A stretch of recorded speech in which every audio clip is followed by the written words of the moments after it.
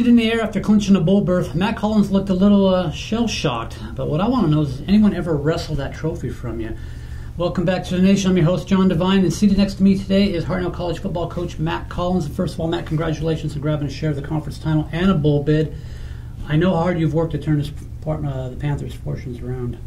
Right, I appreciate the congrats there, and it was a hard-earned victory for our football team, and yeah, it's been a good 5 years of challenges along the way to get where we are today. Now, it's been a few days since you beat NPC 36-24. There was a lot of emotion out there. I mean, I want to know for you, though, did you think back at all to the day when you were there 5 years ago and the roster was a third of what it was today?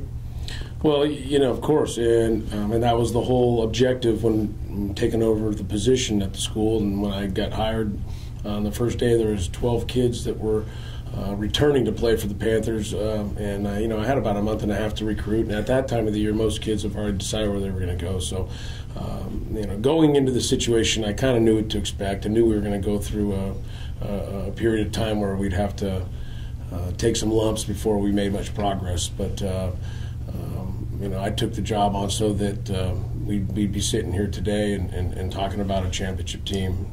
Now, I don't know if people realize this, but you've built a program with a large contingent of local talent from King City all the way to Monterey. I want to know, how hard of a sell was it, though? I mean, most of the kids, they don't want to stay here. They want to go away, whether they should or not. Yeah, I think it's a common trend amongst all junior colleges. Anybody that grows up in a particular town really wants to not only graduate high school, but move on into a university away from where they grew up. Your local junior college is not always the most attractive place to go. I went through that as a player, and I've been a coach at 5 other junior colleges, and in those communities it was the same thing, trying to keep that local talent, local. Right. And now you're an emotional, intense guy. I mean, I don't know of anyone else who goes home after practice and sits in a lawn with their sprinklers running. You did tell me that. But have you changed since you've gotten a Hartnell 5 years ago? Yeah, I think I've evolved as a head coach and matured a little bit.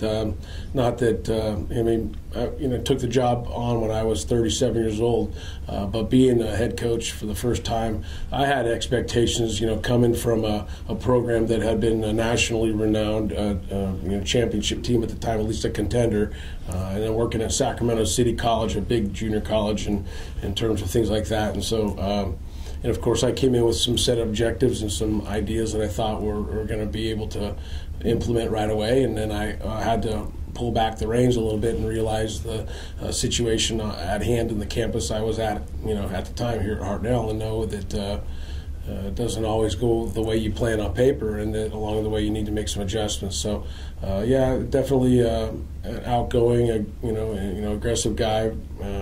Real good socially with people and communicate and that kind of thing. And so, you can tell I kind of wear the heart on the sleeve at times.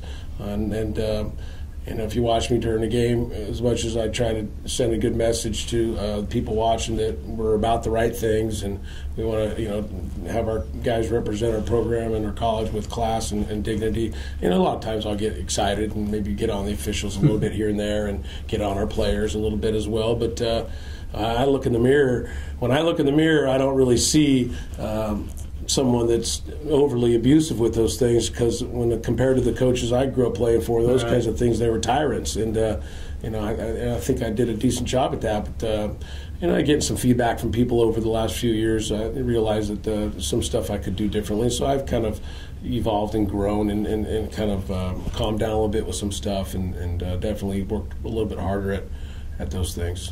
Well, whatever it is, it's working. We're going to bring him back for one more segment.